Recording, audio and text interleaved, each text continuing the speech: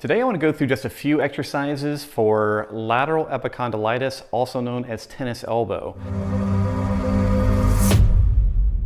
People that have this are well aware of it. Usually it hurts to grip something. Wide grip particularly is painful, sometimes wrist extension, and it depends as well on where you are in terms of the amount of elbow flexion. So I'm going to teach you 3 basic exercises. Nothing magical about these. They will help a large majority of people who have complaints with a lateral elbow.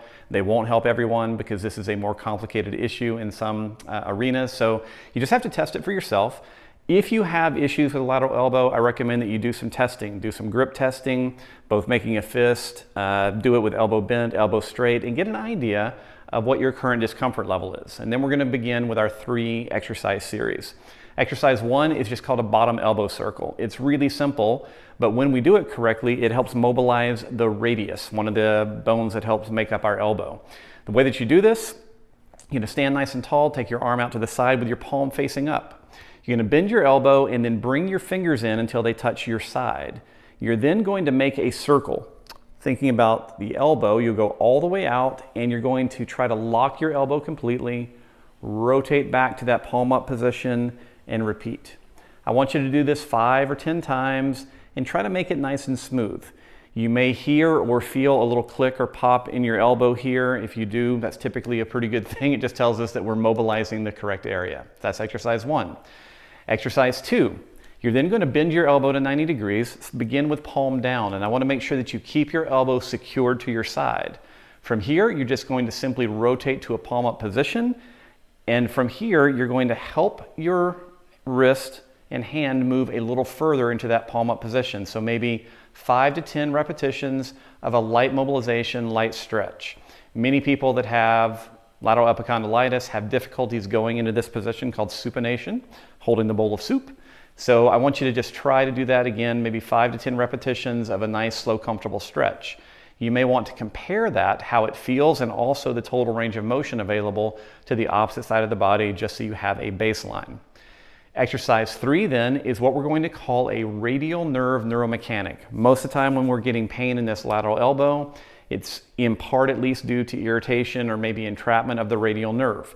Here's how we do what's called a nerve flossing exercise for the radial nerve.